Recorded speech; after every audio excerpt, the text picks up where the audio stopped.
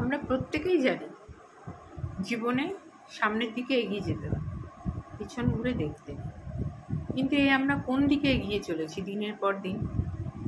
আমাদের যে বাড়ি ছিল সেটা 4টে সিঁড়ি ছিল, 4টে সিঁড়ি, তারপরে বাড়ি ঘর। আমার শ্বশুরবাড়ি 3টে সিঁড়ি ছিল।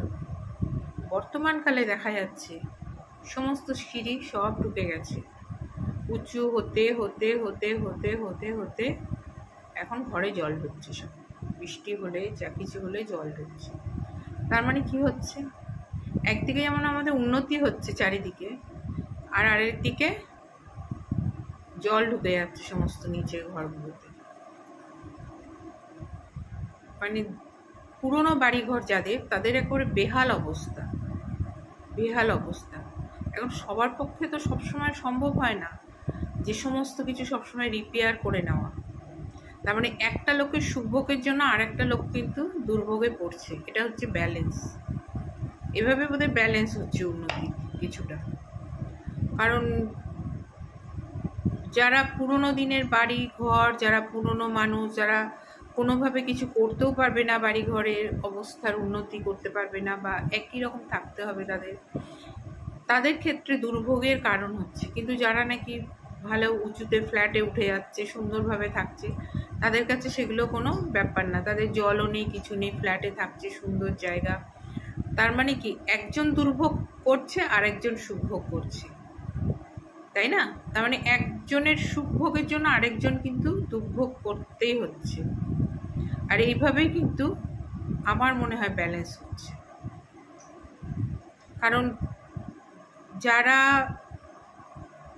কোনো ক্ষমতা নেই ঠিক করার, কিছু করার, তাদের কি করতে হচ্ছে? ওই জলের মধ্যেই থাকতে হচ্ছে। অসুখ বিসুখ, জ্বর জারি, ওইভাবেই তাদের থাকতে হচ্ছে। ঘরের জল পরিষ্কার করতে হচ্ছে, ঠান্ডা লাগছে, নানান রকম রোগ হচ্ছে, তাই না? জীবাণু ছড়াচ্ছে চারিদিকে। তাহলে কি হচ্ছে? আলটিমেট কিন্তু সবাই ভালো থাকছে না একভাবে, সবাই ভালো থাকছে না। কিছু মানুষ ভালো থাকছে, তো কিছু মানুষ তার জন্য দুর্ভোগ ভোগ করছে। সবাইকে ভালো রাখা যায় সেইভাবেই কিন্তু সবসময় যে কোনো উন্নতির পথ বাছা উচিত।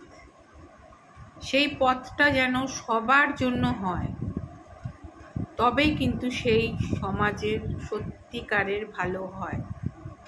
কারণ একজন ভালো জায়গায় থাকছে, জল নেই, কিছু নেই, কোনো দুর্ভোগ নেই, ভোগান্তি নেই, আর একজনের দিনকে দিন ভোগান্তি বেড়েই যাচ্ছে। কাদের?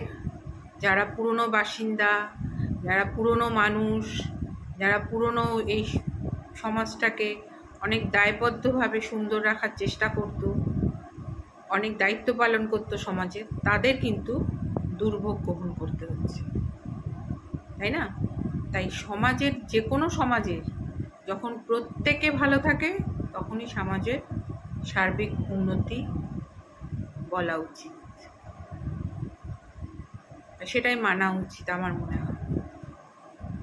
সবাই কিন্তু ভালো থাকছে না, যাতে সবাই ভালো থাকে সেই চেষ্টা কিন্তু অবশ্যই করা উচিত আমার, আপনার, প্রত্যেকের। আজকের মতো এইটুকু। সবাই ভালো থাকবেন।